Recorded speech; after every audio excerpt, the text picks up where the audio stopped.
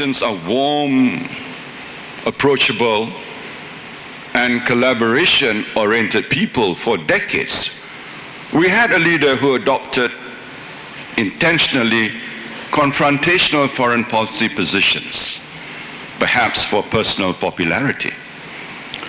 But when I became Prime Minister, I chose to be different and make a clear break with past approaches, because I believe Malaysia's foreign policy should be about building partnerships that benefit the country and the people. No more insisting on awakening old quarrels or harping on old slights that everyone else had forgotten.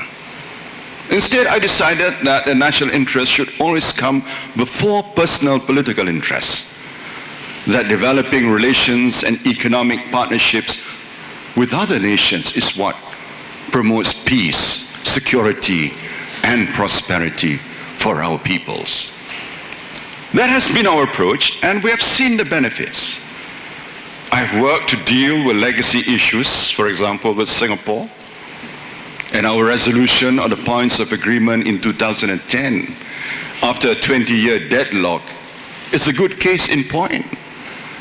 This is just one example of how we choose to move forward in a spirit of friendship and mutual benefit and put a long-standing stumbling block behind us.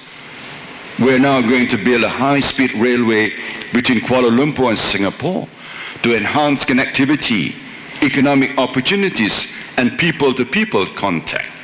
We in Malaysia believe in reaching out to other states, regardless of political ideology and system, while maintaining an independent, non-aligned, and principled stance in regional and international affairs.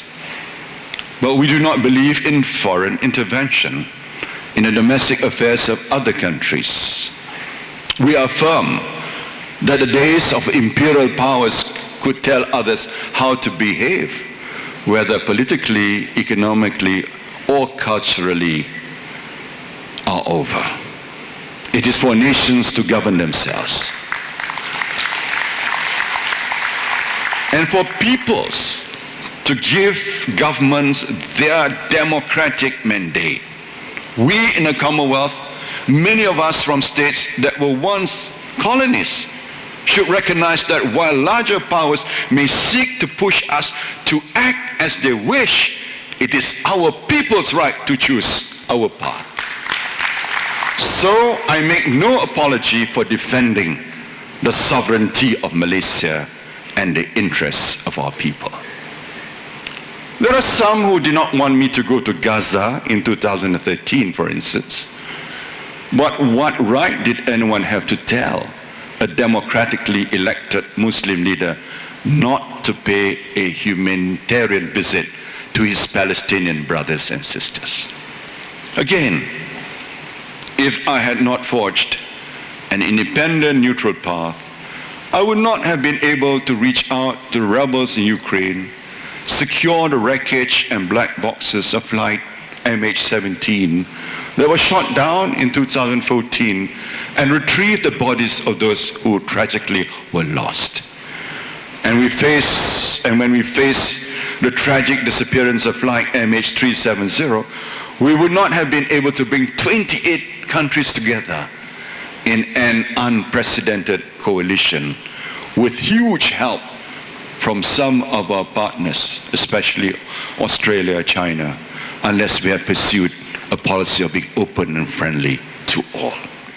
So, ladies and gentlemen,